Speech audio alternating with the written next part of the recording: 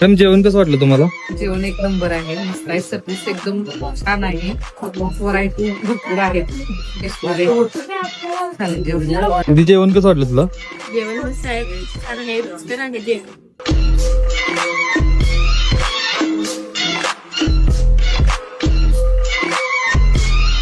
आमचे थोरात सरांचे